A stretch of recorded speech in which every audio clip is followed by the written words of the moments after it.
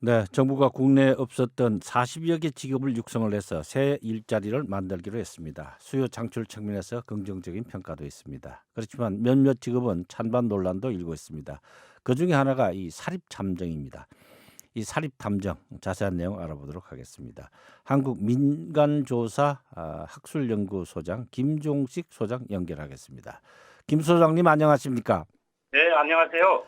고용노동부를 비롯해가지고 관계부처가 외국 사례를 토대로 해서 발굴한 40여 개 직업 가운데 민간조사원이 포함이 됐습니다. 어떻게 보시나요?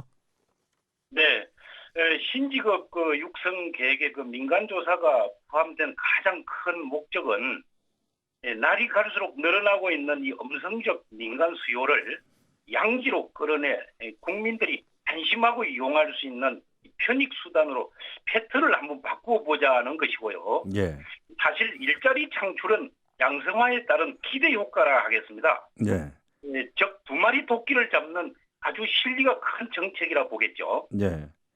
근데 이 민간조사원은 OECD 대부분 나라에서 법제화돼 있다면서요? 네, 이 선진국 클럽이라고 하는 그 OECD 34개국 중에서 우리나라만 탐정 제도가 없고 33개국은요 이미 탐정이 직업 차원을 넘어서 탐정 문화의 형성과 함께 거대한 탐정 산업으로 이 정착이 되어 있습니다. 예. 근데 이 사립탐정의 근거가 되는 그 민간조사 사업법하고 경비업법의 입법화를 가장 강하게 반대하는 것들이 바로 변호사들입니다. 왜 그런가요?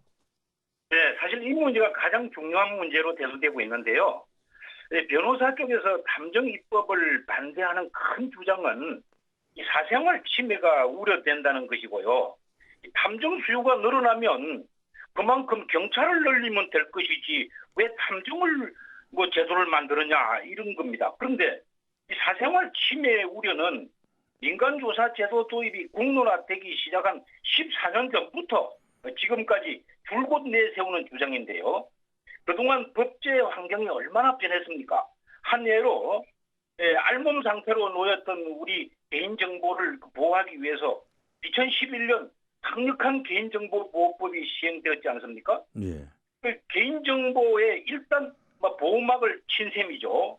그 외국에서도 이보다 더 강도 높은 개인정보보호법은 찾아보기 어렵습니다. 예. 또 경찰은 국민의 세금으로 모든 사람들에게 이 보편적 서비스를 하는 공공재죠. 즉 비경합지 아닙니까? 예. 그런데 탐정은 필요한 사람이 자신의 돈을 들여서 선택적으로 찾아 쓰게 되는 비공공재이거든요. 예. 이런 개인적 수요에 왜 국가 예산으로 운용되는 경찰을 늘려야 한다고 합니까? 예.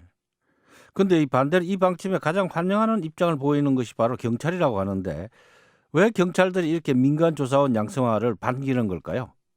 네, 이 경찰이 이 제도를 환영하는 까닭은 오늘날 그 복잡 다양한 생활 속에서 국민들이 자신의 권리 구제를 위한 이 증거나 또는 이 사실관계 파악 수요가 가파르게 증가하고 있습니다. 이런 추세에서 현재의 그 형사사법 시스템으로서는 개개인의 욕구를 충족시키기에 한계가 있다고 보고 선진국에서 이미 그 유용성이 검증된 이 탐정 제도를 긍정평가하고 있고요. 또 하나는 현실적으로 존재하고 있는 이 불법 부당한 민간조사의 그 폐해를 차단하기 위해서는 단속이라고 하는 칼보다는 합당한 직업인에 의해서 적정하게 이루어질 수 있게 하는 것이 그렇게 바꾸어 주는 것이 오히려 국민 편익에 부합된다고 이렇게 보고 있는 거죠. 네. 그렇지만 사립탐정이 사생활 침해라든가 흥신소 양성화라든가 이런 논란 때문에 과거에도 도입을 추진하다가 백지화된 그런 이력이 많이 있죠? 그렇습니다. 그래서 사실 14년 동안에 8건의 법안이 제출됐는데 그중에서 6건은 사생활 침해 우려나 소관청 문제, 법 체계상의 문제 이런 등등으로 인해서 논쟁을 거듭하다가 임기 만료로 폐기되거나 철회되고 무산되었습니다. 현재 2건의 관련 법안이 국회에 계류되어 있는데요. 사실 그동안은 모두 이원 입법안으로 제출돼 가지고 정부청에서 별 반응을 보이지 않은 탓도 있었어요. 그러나 이번에는 기존 2건의 계류 법안과는 별도로 정부안이 국회에 제출될 가능성이 높아졌죠. 네. 사립 탐정의 경우는 그 돈 있는 부자들만 고용을 해서 위화감을 조성할 수 있다 이런 비판도 있습니다. 이 부분은 어떻게 생각하시나요? 근데 이 문제를 저는 그 좀 반대적 입장에서 보고 있습니다. 요즘도 보면은 지금도 뭐 생활이 넉넉한 사람들은 변호사를 여러 선임하고 있지 않습니까? 그렇다고 해서 여러 선임한다고 해서 정보가 무한히 이제 발굴되거나 무한한 증거를 뭐 도출할 수 있는 건 아니죠.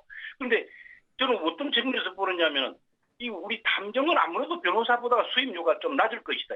그러면 이 서민들이 호주머니가 가벼운 서민들이 이웃에 가까이에서 저비용 고효율에 아니면 또 간단한 사실조사만 필요할 경우에 이용도가 높아질 수 있다는 거죠. 즉 다시 말씀드리면 이 서민들이 정보 접근 기회나 권리 구제 수단을 이용할 수 있는 접근의 기회가 이용도가 용이해진다는 거죠. 네. 오히려 서민이 활용할 수 있는 시스템이다 이렇게 보고 있죠. 네. 정부가 만약에 자격 제도를 운영하게 되면은 이 음성적으로 이루어졌던 이런 민간 조사 업무가 그러면 이제 양지로 나올 수 있다 그런 겁니까? 근데 이제 현재 민간 조사에 이제 종사하고 있는 그분들은 이 자신들도 당당한 직업인이 되어가지고 긍지를 갖고 이 세금도 내면서 좀 업무도 전문화하고 선진화해보고 싶어합니다. 네. 근데 물론 그 형법에 우리가 뭐 간통죄가 있다고 해서 간통이 다 근절되고 있습니까?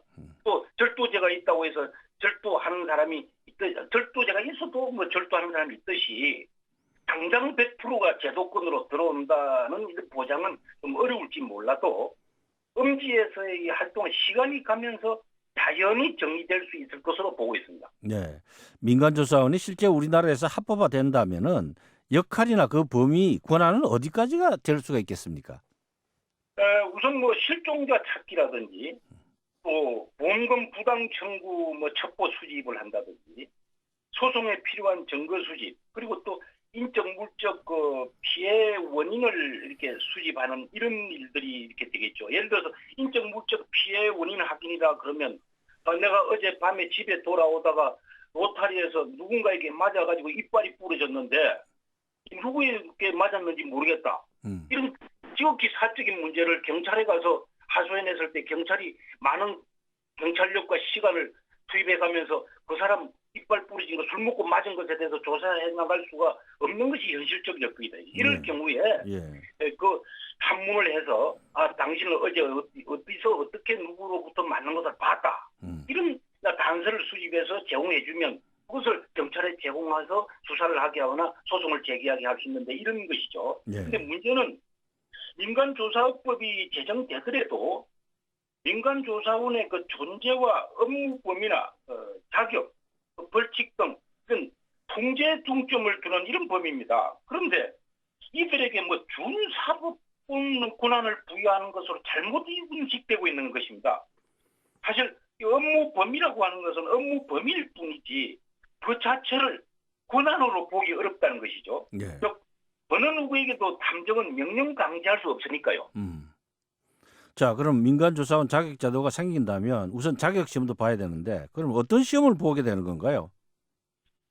이제 그걸 외국 사례에서 우리가 볼 때 민간조사원 자격은 이제 크게 자격 인정 제도를 운영하는 나라가 있고 자격 시험 제도를 운영하고 있는 나라가 있는데 자격 인정 제도라고 하는 것은 일정한 자격이나 뭐 일정한 경력을 가진 사람들 예를 들어서 뭐 수사 정보 기관에서 몇 년 이상을 뭐 근무했다든지 하는 이런 사람에게는 뭐 자격을 인정해서 바로 업에 종사할 수 있도록 하는 이런 시스템이 있고요.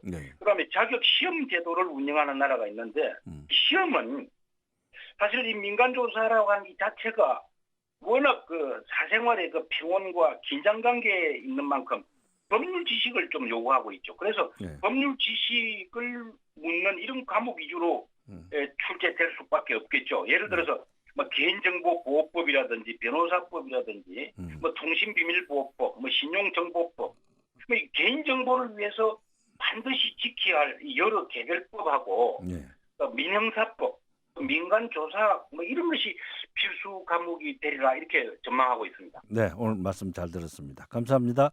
네, 고맙습니다. 지금까지 한국민간조사학술연구소 김종식 소장과의 대담이었습니다. 오늘은 사립탐정에 대한 이야기 중점적으로 나눴습니다.